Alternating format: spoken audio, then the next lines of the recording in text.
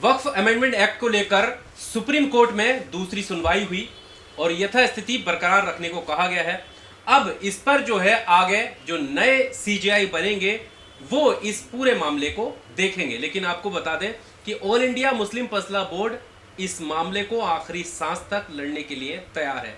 सवाल यह है कि सुप्रीम कोर्ट में यह मामला गया है, किस तरह की आगे की लड़ाई रहने वाली है।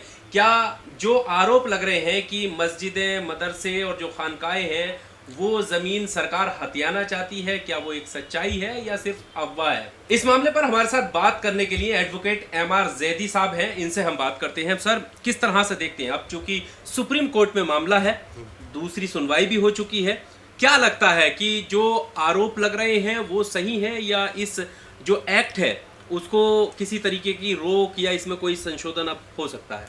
पहली बात तो यह है कि ये जो पूरा कानून बना है ये पूरा ही गलत है। अच्छा, एक धर्म के खिलाफ कानून बनाया गया है। हाँ। पहली बात। दूसरी बात, आपने ये कहा कि ये जो आरोप लग रहे हैं क्या ये सही है या गलत है? हाँ। ये जो आरोप लगाया है ये बिल्कुल सही है आरोप। हाँ। ये एक धर्म विशेष के खिलाफ है और कुछ चुनिंदा लोगों को खुश करने के लिए कि ये लोग चाहते हैं कि चुनिंदा लोगों को, एक विशेष धर्म विशेष के लोगों को खुश किया जाए। हाँ। और अपने वोट बैंक बनाया जाए। हाँ। वोट बटोरे जाए। हाँ। मोदी सरकार की हमेशा से ही वोट बटोरने की नीति रही है। किसी ना किसी सरकार, कोई ना कोई, जब भी सरकार आती है, ये सरकार जब भी आई है, पहला तो ये अमीरों की सरकार है, ये आप सुन लीजिए।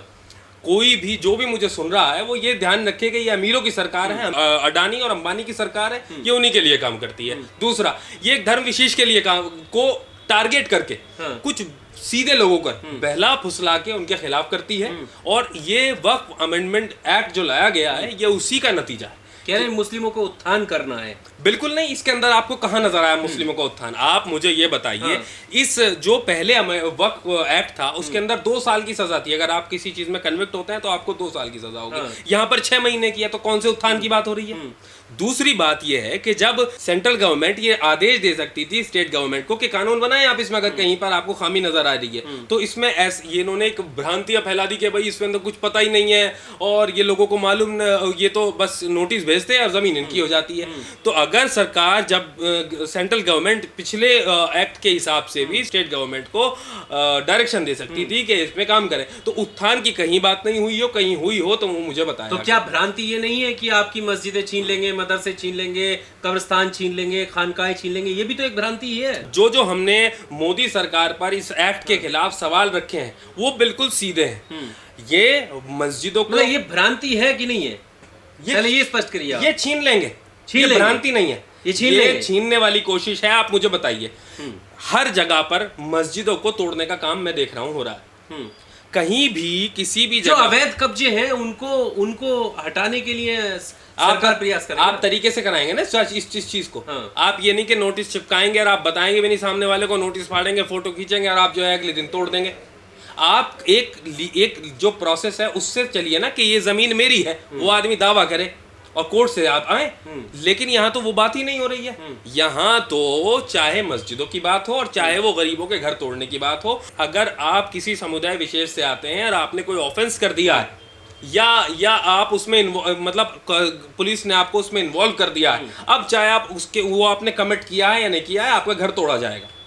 एज एन एडवोकेट आप ये बात कह रहे हैं, इतनी बड़ी बात कह रहे हैं बिल्कुल। कि सरकार ये चाहती है। बिल्कुल, सरकार ये कर रही है, सरकार ये कर रही है। एक्चुअली आप देख सकते हैं हर जगह पर जो घर तोड़े जा रहे हैं, सुप्रीम कोर्ट ने इस बात को कहा है। पर अगर मोदी सरकार की बात करें, 2014 से आई है, वक्फ की संपत्तियां कितनी ज्यादा पुरानी है, उसके बावजूद ये सरकार दावा करती है कि वक्फ की संपत्तियों ने पहले से ही मुसलमानों का उत्थान क्यों नहीं किया, और अब अगर सरकार करना चाह रही है तो आप उस पर रोक लगाना चाहते हैं। उत्थान किस चीज का हो रहा है मुझे आप ये बताइए? ये सिर्फ चंद लोगों के हाथ में है वक्फ की संपत्तियां। जी नहीं, इस्तेमाल कर रहे हैं। आपको मैं बताऊं, वक्फ की संपत्तियों पर छोटी छोटी दुकानें होती हैं जो कि गरीबों की दुकानें हैं।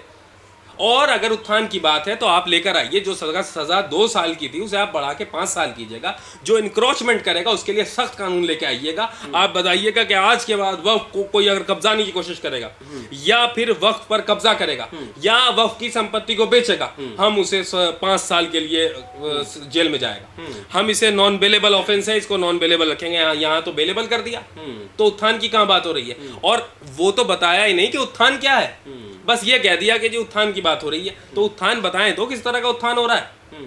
कहीं भी नहीं बता। एक आम मुसलमान या एक आम इस देश का नागरिक जो संविधान पर विश्वास रखता है, वो इस एक्ट को किस तरह से देखे? देखिए, बाबा साहब का संविधान पर विश्वास रखने वालों को ये विश्वास है कि सुप्रीम कोर्ट इसे रद्द करेगा। जो जो इन्होंने अमेंडमेंट किए हैं, हमें अमेंडमेंट्स जो होते हैं ना कानून में, वो वक्त के साथ होते हैं, हमें उनसे कोई देखिए अब सर, क्योंकि आप कानून के जानकार हैं, सरकार के मंत्री, उनके जो प्रवक्ता हैं बीजेपी के, वो खुले तौर पर कहते हैं कि सुप्रीम कोर्ट के पास ये पावर ही नहीं है।